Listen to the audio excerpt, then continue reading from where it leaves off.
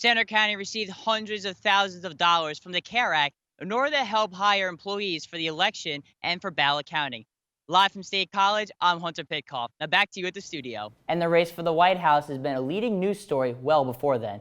It's been a long stretch. In fact, too much for many people. Reporter Joe Skinner looks at election exhaustion. The protest began at around 9 p.m. at Ventura Park, and the crowd made its way toward the East Portland Community Policing Center. But as an alternative, they're giving out gift cards so families can still have one of these turkeys on the table. Tomorrow's Penn State game against Ohio State would normally be the whiteout game, with tens of thousands of fans pouring into town. But it'll look a lot different this time. You won't see fans lined up outside Beaver Stadium on Saturday, but the university is encouraging the Penn State community to still cheer their team on virtually and keep the whiteout tradition going. However, public officials are beginning to question whether or not the FDA is rushing to find a vaccine before Election Day. For people in prison, getting an education is difficult, if not impossible. But a Penn State professor is trying to change that and make a positive difference. Even though it's abnormally dry, it's also colorful. We're now hitting the peak of fall foliage season. Coming up next, it's me, Mario, or at least someone dressed like him. This man is turning downtown State College into Rainbow Road. Find out why after the break. Nice, that's better.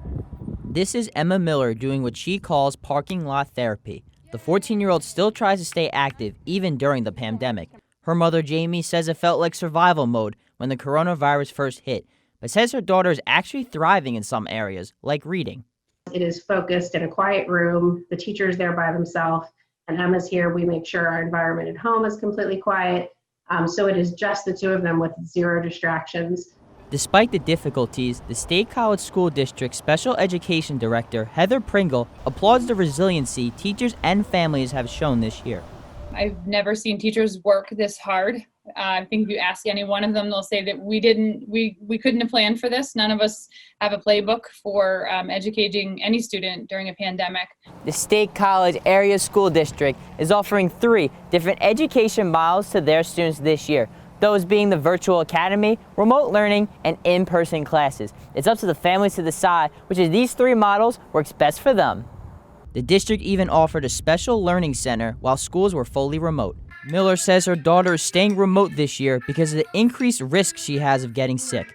She says the biggest challenge was getting Emma to understand the sudden changes in her everyday life, but says she's now good after getting into a new routine. In State College, I'm Hunter Pitcoff for the Center County Report.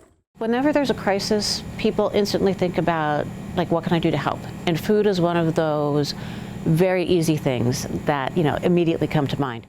Nicole Summers is the executive director at Faith Center Food Bank in Bellefonte. She expects around 500 people for Thanksgiving this year. The coronavirus pandemic has actually led to a decline in the number of people using food banks across Center County.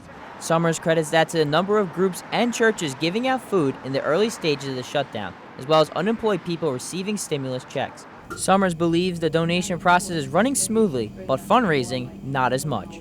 Well, it's made fundraising really challenging. I think people are getting a little tired of virtual everythings. When it comes to this Thanksgiving, people are still welcome to come in and grab what they need, but Faith Center is running a little low on one important dish. Due to a supply chain shortage, Faith Center has not been able to give out as many turkeys this year, but as an alternative, they're giving out gift cards so families can still have one of these turkeys on the table. There are also large boxes toward the front of the store, which contain everything you need to make a Thanksgiving meal. In Bellefonte, I'm Hunter Pitcoff for the Center County Report.